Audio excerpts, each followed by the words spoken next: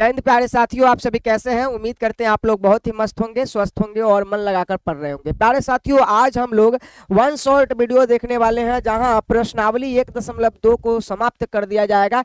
यह जो क्लास है क्लास 9th की मैथमेटिक्स की है और आपका पहला जो चैप्टर है संख्या पद्धति है, जिसके दूसरे एक्सरसाइज मतलब कि 1.2 को हम लोग देखने वाले हैं। आइए, जितने सारे प्रश्न हैं उन सभी प्रश्नों को हम लोग सॉल्व कर लेंगे बहुत ही आसान भाषा में, बहुत ही सरल शब्दों का प्रयोग करके और सरल विधि का प्रयोग करके हम लोग इसका हल कर लेंगे। चलिए देखते हैं कि क्या कहता है। सबसे पहले आपके लिए एक प्यारा सा मोटिवेशनल लाइन है। क्या कहता है कि अच्छे रिजल्ट पाने के लिए बातों से नहीं रातों से लड़ना पड़ता है। कितना सुंदर और कितना बेहतर लाइन है ना, कि अच्छे रिजल्ट पाने के लिए केवल बातों से नहीं रातों से लड़ने पड़ते हैं। ठीक है, तो आपको याद रखना है, आपको बातें कम और रातें पढ़ाई में ज्यादा बिताने हैं। ठीक है, आगे आइए। अब इसका पहला क्वेश्चन देख लीजिए। कहता है कि नीचे दिए गए कथन सत्य है या असत्य है, कारण के साथ अपने उत्तर दीजिए।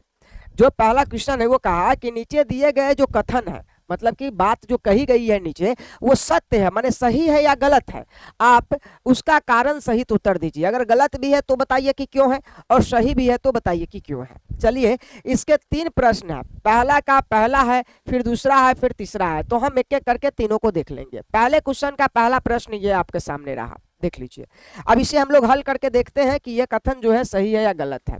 सबसे पहले हमें कहा क्या, कहा कि प्रत्येक अपरिमेय संख्या एक वास्तविक संख्या होती है। जितनी जितनी अपरिमेय संख्याएं होती है उसे हम क्या कहते हैं, वास्तविक संख्या कहते हैं। प्यारे साथियों, कुछ बात तो आपको याद रखना है। अगर मैं इसे बनाना चाहूं तो आपको 2-3 बातों को ख्याल में रखना ही पड़ेगा, तब जाकर आप ये पार्ट को या इस एक्सरसाइज को बना पाइएगा। चलिए, क्या क्या है। पहले तो हम ये आपको पढ़ाना चाहेंगे कि वास्तविक संख्या किसे कहते हैं। वास्तविक संख्या क्या होती है सर? वास्तविक संख्या सुन लीजिए, वास्तविक संख्या किसे कहते हैं। याद रखिए, वास्तविक संख्या हम परिमेय संख्या, क्या परिमेय संख्या, परिमेय संख्या और अपरिमेय संख्या, अपरिमेय संख्या के समूह को वास्तविक संख्या कहते हैं।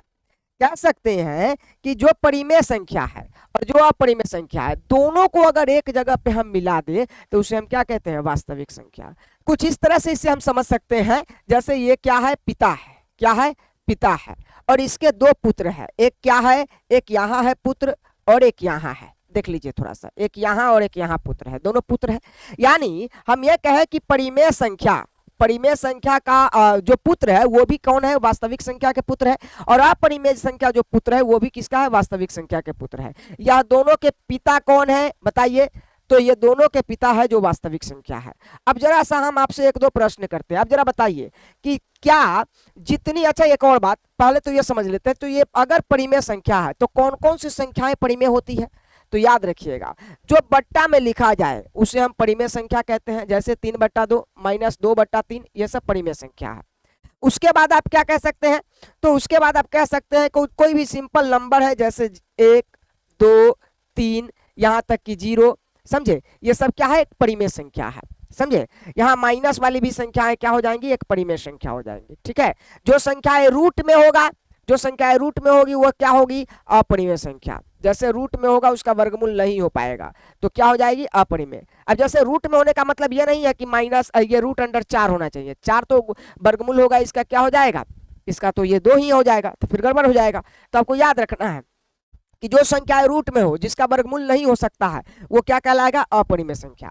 एक अपरिमेय संख्या और है। अच्छा, यहाँ दशमलव में अगर कोई परिमेय संख्या को दिखाना होगा तो इसका मतलब होता है, दशमलव में परिमेय संख्या को दिखाने का मतलब होता है क्या होगा, जैसे ये मान लीजिए कि 0.123 है, ये फिक्स नंबर पे जाके क्या हो रहा है, समाप्त हो रहा है। समझे, 0 दशमलव क्या चाहे 4 दशमलव क्या है 7 है, ये एक फिक्स नंबर पे समाप्त हो रहा है। वहीं पे अगर यहाँ पे बात कर ले तो 2.1 यहाँ 4, 3 कुछ भी आप देख लीजिए, जाते जाइएगा, जाते जाने का मतलब है कि समाप्त ही नहीं हो रहा है, तो इसको हम क्या कहेंगे, अपरिमेय संख्या। यहाँ तक कि एक और बात आपको समझना है, रूट वाली अगर संख्या है तो यह परिमेय है। और एक और इकलौता पाई पाई जो है क्या है, एक अपरिमेय संख्या है। तो आप कहिएगा कि सर पाई तो अपरिमेय संख्या है, लेकिन इसका मान 22/7 परिमेय हो जाता है, क्योंकि बट्टा में लिखा जाएगा। तो जब पाई का मान 22/7 में आपको दिखेगा तो परिमेय कहलाएगा, लेकिन अगर केवल पाई दिखेगा तो क्या कहलाएगा, अपरिमेय कहलाएगा। ये आपको याद रहेगा। ये सभी संख्याएं क्या है, अपरिमेय और परिमेय है, आप देख लीजिए। और इन सभी संख्याओं को मिला देंगे ना तो क्या बन जाएगा, वास्तविक संख्या बन जाएगा। क्या बन जाएगा, वास्तविक संख्या। क्या बन जाएगा, वास्तविक संख्या। अब जरा बताइए, अब हमें जो प्रश्न किया वो बताना है क्या है, प्रत्येक परिमेय अपरिमेय संख्या एक वास्तविक संख्या है कि नहीं। अगर ये कहे कि मेरे पिताजी कौन है तो वास्तविक संख्या है, ये कहे कि मेरे पिताजी कौन है वास्तविक संख्या है, दोनों का पिताजी कौन है वास्तविक संख्या है। तो आप जरा बताइए, अगर कहे कि प्रत्येक अपरिमेय संख्या, अपरिमेय संख्या तो ये है, ये प्रत्येक का मतलब हर एक, सब के सब, तो ये सब के सब अपरिमेय संख्या है। और इस अपरिमेय संख्या को हम कह सकते हैं कि नहीं कि ये वास्तविक संख्या है। तो आप कहेंगे कि हाँ सर कह सकते हैं। परिमेय संख्या को भी वास्तविक संख्या कह सकते हैं, सभी के सभी परिमेय संख्या भी क्या है, वास्तविक संख्या है, और सभी के सभी अपरिमेय संख्या भी क्या है, वास्तविक संख्या है। हमारा प्रश्न क्या है कि प्रत्येक मतलब कि हर एक जो अपरिमेय संख्या है वो वास्तविक संख्या है या नहीं है। तो हम कहेंगे कि जो भी अपरिमेय संख्या है वो सब क्या है, वास्तविक संख्या है। क्या है, वास्तविक संख्या है। तो इसका आंसर हो जाएगा कि यह क्या है, सत्य है।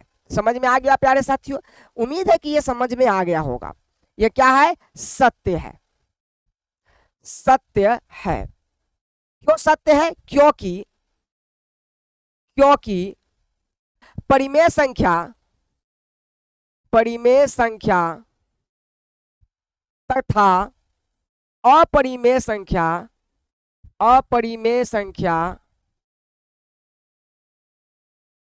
के समूह को ही वास्तविक संख्या कहते हैं। वास्तविक संख्या कहते हैं, वास्तविक संख्या कहते हैं।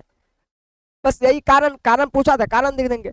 परिमेय संख्या और अपरिमेय संख्या के समूह को ही क्या कहते हैं, वास्तविक संख्या। इसलिए अगर पूछे कि क्या सभी अपरिमेय संख्या वास्तविक संख्या है तो भी हम कहेंगे कि हाँ है, और पूछे कि क्या कोई मतलब कि सभी के सभी परिमेय संख्या भी वास्तविक संख्या है तो हम कहेंगे कि हाँ ऐसा भी है कि सभी के सभी परिमेय संख्या जो है वास्तविक संख्या है। अच्छा एक बात और समझिए, जैसे इस दोनों का पिता कौन है, वास्तविक संख्या। और यहां समझिए, अगर ये वास्तविक संख्या दोनों का पिता है तो इसका मतलब ये और ये सब मान वास्तविक संख्या है। जैसे यहां समझ लीजिए, हम कहे कि 3/2 तो एक परिमेय संख्या है, लेकिन ये भी क्या है, वास्तविक संख्या है। हम कहे कि सिंपल सा 1 2 -2 कर लेते हैं, ये भी क्या है, अब ये परिमेय संख्या है और ये भी क्या है, वास्तविक संख्या है। यहीं से हम कुछ अंक इसका ले लेते हैं, जैसे √5, उसके बाद √7 पाई, ये भी क्या है, मतलब कि अपरिमेय संख्या है। और ये सब के सब क्या है, वास्तविक संख्या है। इसमें परिमेय भी है और अपरिमेय भी लिखा है, और दोनों के समूह को क्या कहते हैं, वास्तविक संख्या। जैसे अब देखो बहुत ही सिंपल हो जाएगा, यहां समझ लीजिए, हमने क्या कहा कि वास्तविक संख्या जो है ये परिमेय संख्या और अपरिमेय संख्या के समूह को ले लिया। अभी हमने देखा था कि जो परिमेय संख्या है वो भी वास्तविक संख्या है, जो अपरिमेय है वो भी वास्तविक संख्या है। अब आपसे प्रश्न बदल के क्या पूछेगा कि सभी के सभी वास्तविक संख्या क्या परिमेय संख्या है चाहे अपरिमेय संख्या है। तो सभी के सभी वास्तविक संख्या केवल न परिमेय संख्या होगी और न केवल अपरिमेय संख्या होगी। ये जो वास्तविक संख्या है या तो दोनों से बना है, यह तो दोनों से बना है, तो सब के सब वास्तविक संख्या यह दोनों को मिलेगा, ना कि किसी एक को मिलेगा।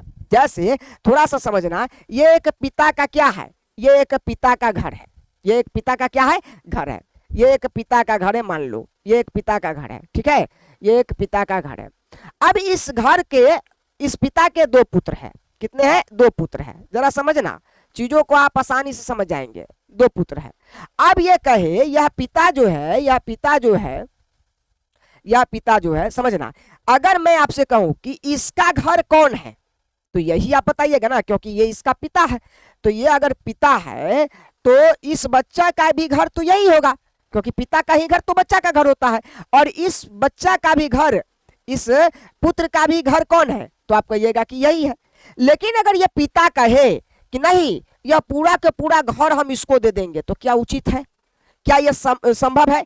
पूरा के पूरा घर या पूरा के पूरा प्रॉपर्टी इसको दिया जा सकता है? आंसर है नहीं। दोनों को बांटना होगा, दोनों को देना पड़ेगा, किसी एक को आप नहीं दे सकते हैं। बस समझ रहे हैं? तो जब वास्तविक संख्या की बात आएगी तो पिता ये दोनों का है, वास्तविक संख्या दोनों होगा, कोई एक का नहीं हो सकता है। ठीक उसी तरह से ये जो दोनों का ये मतलब कि अलग अलग रूप है, यह दोनों का रूप इसमें दिखेगा लेकिन इसका रूप केवल किसी एक में नहीं दिखेगा, ये दोनों के लिए बना। यहां आप समझने की कोशिश कीजिए, जो वास्तविक संख्या है वो केवल ना अपरिमेय हो सकती है और ना केवल परिमेय हो सकती है, क्योंकि इसमें परिमेय भी है और अपरिमेय, ये दोनों होगा। लेकिन अगर कहे कि जो परिमेय संख्या है, पूरा के पूरा परिमेय संख्या, वो भी वास्तविक संख्या है, पूरा के पूरा अपरिमेय भी वास्तविक संख्या है। ठीक है, बहुत लंबा हो गया, समझ में आ गया होगा उम्मीद करते हैं। अब आगे बढ़े, अगले क्वेश्चन की तरफ बढ़िए। अगला क्वेश्चन क्या है देख लीजिए। अगला क्वेश्चन है संख्या रेखा का प्रत्येक बिंदु रूट अंडर एम के रूप का होता है, जहां एम एक प्राकृत संख्या है। जहां एम क्या है? एक प्राकृत संख्या। प्राकृत संख्या किसको कहते हैं जल्दी से बता दीजिए। प्राकृत संख्या सर गिनती की संख्या को कहते हैं। प्राकृत संख्या गिनती की संख्या को कहते हैं, मतलब नेचुरल नंबर को कहते हैं, जिसको एम से सूचित करते हैं। और इसमें नेचुरल नंबर क्या हो जाता है? 1 2 3 4 5। जो इसके रूट अंडर एम हमें जो दिया गया है, उस एम के जगह पर ये सब नंबर हो सकता है। एम के जगह पर 1 2 3 4 जो यहाँ नंबर है, उस सब नंबर एम के अंदर कर हो सकता है। अब कहा कि जो संख्या रेखा है, पहले तो हम संख्या रेखा बना लेंगे। संख्या रेखा जब भी बनाएंगे तो इस पर एक बिंदु 0 आएगा। क्या आएगा? 0।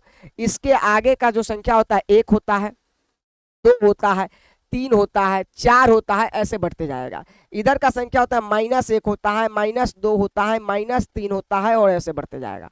अब जरा बताइए, जो रूट अंडर एम है, वहां एम के जगह पर क्या है? तो आप कहिएगा प्राकृत संख्या, मतलब कि माइनस वाली की तो बात ही नहीं हो रही है। जितना प्राकृत संख्या प्लस वाला होता है, तो सबको अगर इसमें रखा जाए, जैसे हम एम के जगह पे 1 रख देंगे, तो रूट अंडर एम के जगह पर 1 रखाएगा तो क्या हो जाएगा?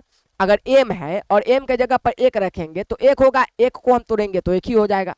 अगर यहाँ पर हम m के जगह पर क्या रखेंगे? 2 रखेंगे, तो ये 2 का वर्गमूल क्या होगा? रूट अंडर 2 ही हो जाएगा। रूट अंडर m के जगह पर क्या रखेंगे? 3 रखेंगे, तो रूट अंडर 3 ही हो जाएगा। होगा कि नहीं? रूट अंडर m के जगह पर क्या रखेंगे? रूट अंडर 4 कर देंगे, तो 4 का वर्गमूल क्या हो जाएगा? 2 हो जाएगा। होगा कि नहीं होगा? होगा ना। अगर यहीं पे रूट अंडर हम 16 कर दे, m के जगह पर क्या रख दे? 16, तो 16 का वर्गमूल क्या हो जाएगा? 4। अब जरा देखिए, तो संख्या रेखा पर रूट अंडर एम मतलब कि प्रत्येक का बिंदु, हर बिंदु, तो हर बिंदु यहाँ तो दिया 1 2 3 4 5 6 दिया हुआ है, तो सब के सब क्या इस रूप का है कि सब के सब केवल किस में है? रूट में हो। जैसे यहाँ देखिए, 1 को रखे तो बाहर निकल गया, वर्गमूल हो गया, 1 आ गया। 2 को अगर रखे रूट के अंदर तो ये रूट अंडर 2 ही रहा। 3 को रखे तो रूट अंडर 3 ही रहा। लेकिन जब भी 4 को रखे तो 4 क्या निकला? 2 वर्गमूल में आ गया। जब 16 को रखे तो क्या निकला? तो 4 आ गया वर्गमूल। तो बताइए, क्या संख्या रेखा पर अगर मैं इस 4 पे रूट लगा दूं तो क्या रूट अंडर 4 रहेगा? नहीं रहेगा। क्या हो जाएगा? 2। अगर मैं इस 3 पर रूट लगा दूं तो 3 ही रहेगा, 2 पर लगा दूं तो 2 ही रहेगा, लेकिन 1 पर लगा दूं तो क्या निकल जाएगा? 1। तो यहां रूट अगर लगा दी जाए सभी पर, तो पूर्ण रूप से मैं कह सकता हूं कि सभी के सभी रूट में नहीं रहेगा। मतलब कि हम ये कह सकते हैं कि संख्या रेखा पर जो ये प्राकृत संख्या है वो रूट में नहीं रहेगा, कुछ रूट में रहेगा, कुछ बगैर रूट में रहेगा। और ये कहता है प्रत्येक बिंदु रूट के अंदर में रहेगा। तो ये क्या बोल रहा है? असत्य बोल रहा है। क्या बोल रहा है? असत्य बोल रहा है। यहां लिखेंगे असत्य, असत्य है, असत्य है। क्योंकि आप संख्या रेखा को यहां दिखा दीजिए कि यह संख्या रेखा है और इस तरह से दिखाया गया है। ठीक है, उम्मीद करते हैं कि आपको यह समझ में आ गया होगा। आइए अगले क्वेश्चन की तरफ बढ़ते हैं। क्वेश्चन नंबर 3 देख लो, क्या कहता है क्वेश्चन नंबर 3? प्रत्येक वास्तविक संख्या एक अपरिमेय संख्या होती है। आ गया, वही वाली बात आ गया। देखिए, वास्तविक संख्या क्या है? वास्तविक संख्या। और वास्तविक संख्या कितनों से बना? 2 से बना।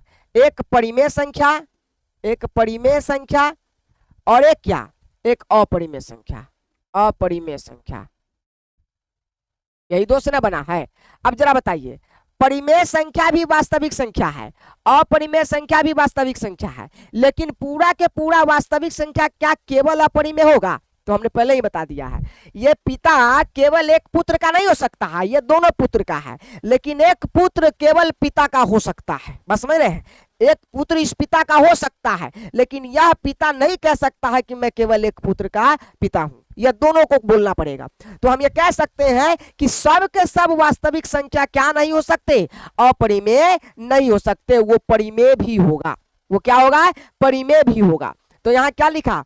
प्रत्येक वास्तविक संख्या अपरिमेय होते हैं, तो आपको लिखना है असत्य है। क्या है? असत्य है, नहीं होते, असत्य है। क्योंकि क्योंकि क्योंकि वास्तविक संख्या वास्तविक संख्या परिमेय भी होती है, परिमेय तथा अपरिमेय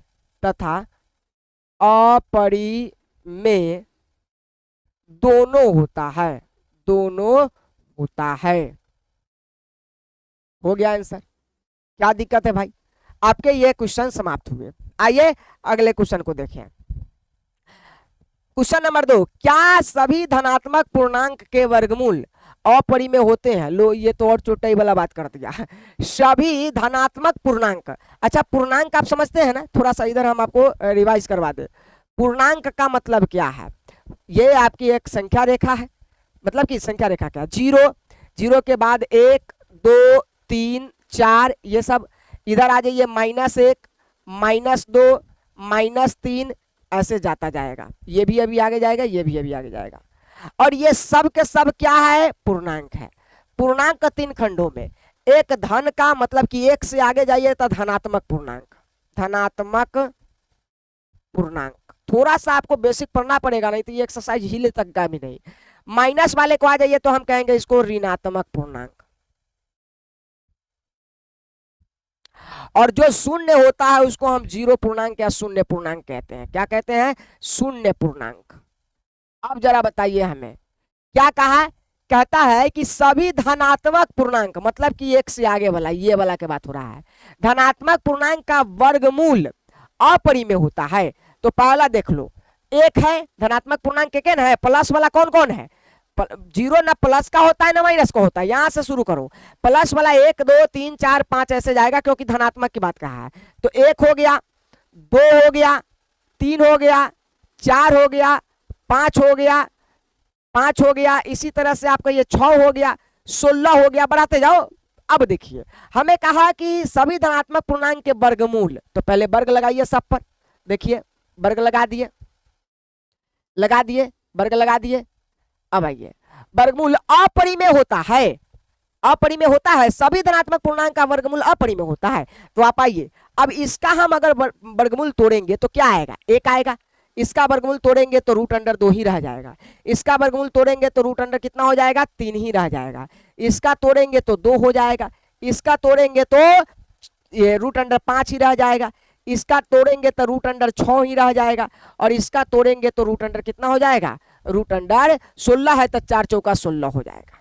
अब जरा बताइए, क्या ये केवल अपरिमेय है? क्या इसका वर्गमूल जो जो आया है वो सब अपरिमेय है? आंसर है नहीं, आंसर नहीं है। यहाँ देखिए, ये क्या है? आपका 1 है, और 1 के बट्टा में 1 हम मान सकते हैं कि नहीं? इसे P/Q के रूप में लिखा जा सकता है कि नहीं? तो इसका मतलब ये क्या है? परिमेय है। क्या है? परिमेय है। ये √2 क्या है? अपरिमेय है। क्या है? अपरिमेय है, क्योंकि रूट वाली संख्या अपरिमेय होती है। √3 क्या है? अपरिमेय है। क्या है? अपरिमेय है। यहीं पे ये √4 का जो वर्गमूल 2 आया, अब 2 क्या है? तो आप कहिएगा परिमेय है। 2 क्या है? परिमेय है। 5 क्या है? √5 अपरिमेय है। क्या है? अपरिमेय। समझ लेना, बड़ी ही गहराई की बात है, अपरिमेय। अब ये √6 क्या है? तो अपरिमेय है, क्योंकि रूट जिस पे लगा है अपरिमेय, अगर पूरा पूरा नहीं विभाजित हो रहा है। यहीं पे 16 का वर्गमूल 4 क्या आ गया? परिमेय आ गया, परिमेय। तो जिस चीज पर वर्ग लगा और उसका वर्गमूल तोड़े, तो क्या अपरिमेय ही केवल आया?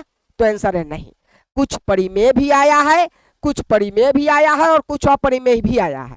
तो तो मैं कह सकता हूं कि जो भी संख्याओं का जो धनात्मक पूर्णांक है उसका वर्गमूल अपरिमेय होता है, ये क्या है, गलत है। केवल अपरिमेय नहीं होता, परिमेय भी होता है और अपरिमेय होता है। तो कहता है कि यदि अगर गलत आपको लग रहा है तो आप एक ऐसी संख्या मुझे दीजिए, ऐसी संख्या का वर्गमूल मतलब कि हमें बताइए, उदाहरण दीजिए जो क्या हो, परिमेय हो। तो भाई दे देना है, क्या दिक्कत है। हम पहले लिखेंगे असत्य है, ये क्या लिखेंगे, असत्य है। आंसर लिख दीजिए असत्य, असत्य, असत्य है। अब असत्य क्यों है, क्योंकि हमें ये जो कहा गया है कि सभी धनात्मक पूर्णांक का वर्गमूल जो होता है अपरिमेय है, ये गलत है, असत्य है। क्योंकि हमें एक उदाहरण देना है ना, √4, √4 वर्गमूल इसका होगा तो क्या आएगा, 2 आएगा। और 2 के बट्टा में हम क्या मान सकते हैं, 1 मान सकते हैं। और 1 2 अगर बट्टा में 1 माना जा सकता है तो ऊपर वाला p या नीचे वाला क्या, q, और जो p बट्टा q के रूप में लिखा जा सकता है वो क्या होगा, परिमेय होगा। क्या होगा, परिमेय होगा। तो हमने देखा एक ऐसी रूट वाली प्राकृत संख्या, ये भी तो प्राकृतिक संख्या है, तो एक ऐसी रूट वाली प्राकृतिक संख्या है जिसका हम वर्गमूल किए तो वो क्या आया है, परिमेय आया है। एक और ले लीजिए, 16 को दे दीजिए। 16 का हम क्या आएंगे, लेंगे 4 लेंगे, और 4 जो हमारा होगा p बटा q के रूप में लिखा जा सकता है, और इसलिए ये क्या हो जाएगा, परिमेय हो जाएगा। और लेना है √81 ले लीजिए, 81 का क्या हो जाएगा, 49 ले लीजिए, 81 का 9 हो जाएगा।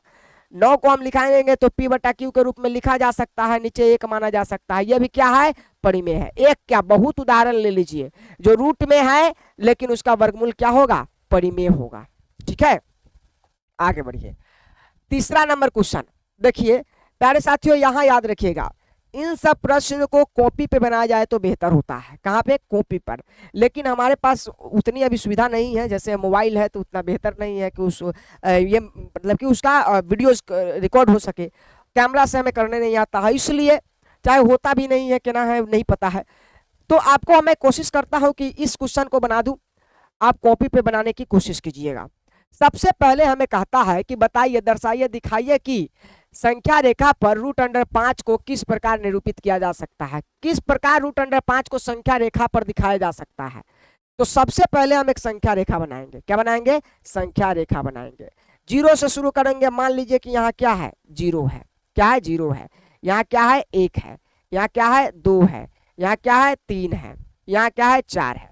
एक पाइथागोरस प्रमेय आपको समझ में आना चाहिए। अगर √5 है, देखिए पाइथागोरस क्या होता है, पाइथागोरस प्रमेय, ये क्या कहता है, पाइथागोरस प्रमेय एक समकोण त्रिभुज होता है। क्या होता है, समकोण त्रिभुज। देख लीजिए, एक समकोण त्रिभुज होता है, ABC मान लीजिए समकोण त्रिभुज है, तो यहाँ पे 90 डिग्री का कोण होगा। कितना डिग्री का, 90 डिग्री का। नीचे वाले क्या होते हैं, आधार होता है। क्या होता है, आधार।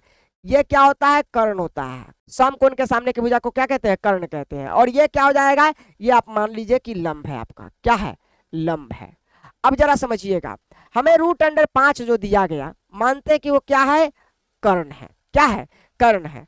तो अगर ये कर्ण है तो कर्ण क्या कहता है, कर्ण कहता है, कर्ण स्क्वायर बराबर कहता है √, कर्ण बराबर, सुन लीजिए, कर्ण बराबर कहता है √, लंब स्क्वायर, लंब स्क्वायर प्लस क्या, आधार स्क्वायर।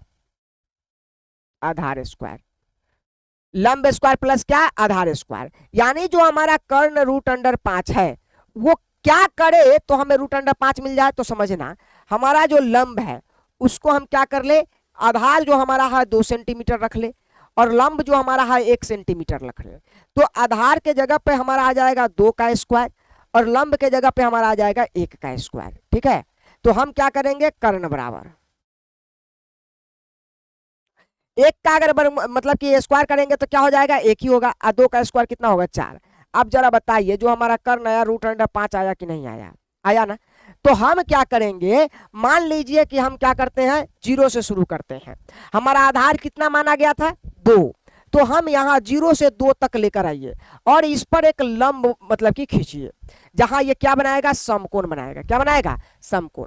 और लंब हमारा कितना हमने माना, 1 सेंटीमीटर। तो हम क्या, प्रकाल अगर आपके पास है तो प्रकाल की सहायता से यहाँ पर क्या कीजिए, 1 सेंटीमीटर पर चाप लगा दीजिए। मान लेते हैं कि 1 सेंटीमीटर आपका ये आया। तो हमने चाप लगा दिया, ठीक है। अब चाप लगाया और चाप लगाने के बाद तो आपका ये कितना, ये दूरी आपका कितना 2 सेंटीमीटर, ये दूरी कितना 1 सेंटीमीटर, कितना आ गया 1 सेंटीमीटर। अब इसको आप क्या कीजिए, मिला दीजिए, यहाँ पे मिला दीजिए, ठीक है। मिलाइएगा तो आप पाइथागोरस प्रमेय का प्रयोग कीजिएगा, ये 2 का वर्ग ये 1 का वर्ग, 2 दूना 4 है, 1 क्या हो जाएगा रूट अंडर क्या हो जाएगा 5 हो जाएगा। अब चूंकि हमें यहाँ तो रूट अंडर 5 मिलाना ही था, ये तो संख्या रेखा पर मिलाना था, तो अब आप क्या कीजिएगा, इसके स्केल से मान लो, समझ रहे हैं ना, इस प्रकाल से, प्रकाल की सहायता से इसकी दूरी को आप नोट कीजिएगा और उसके साथ यहाँ से होते हुए आप क्या कीजिएगा, एक ऐसे चाप खींचिएगा। और ये चाप खींचने के बाद जहां पर ये आकर ये वाला जो है जितना दूरी से आप खींचिएगा वहां पर आके जहां मिलेगा वहीं पर रूट अंडर क्या हो जाएगा 5 हो जाएगा, वहीं पे रूट अंडर क्या हो जाएगा 5 हो जाएगा, ठीक है। तो उम्मीद करते हैं साथियों ये आपको समझ में आया होगा। इस तरह से आप बना लीजिएगा, कॉपी पे बना लीजिएगा तो ज्यादा बेहतर होगा, क्योंकि एग्जाम में तो आपको कॉपी पे मिलना है, लिखना है। धन्यवाद आप सभी का। और इसके एक क्वेश्चन रह गए जो इस पर बनना संभव नहीं है, कॉपी पे ही बनना है, तो आप या तो बना लीजिएगा, नहीं तो हम देखते हैं कोई व्यवस्था करते हैं आपके लिए, ठीक है। धन्यवाद, अगले वीडियो में मिलते हैं। Thank you so much.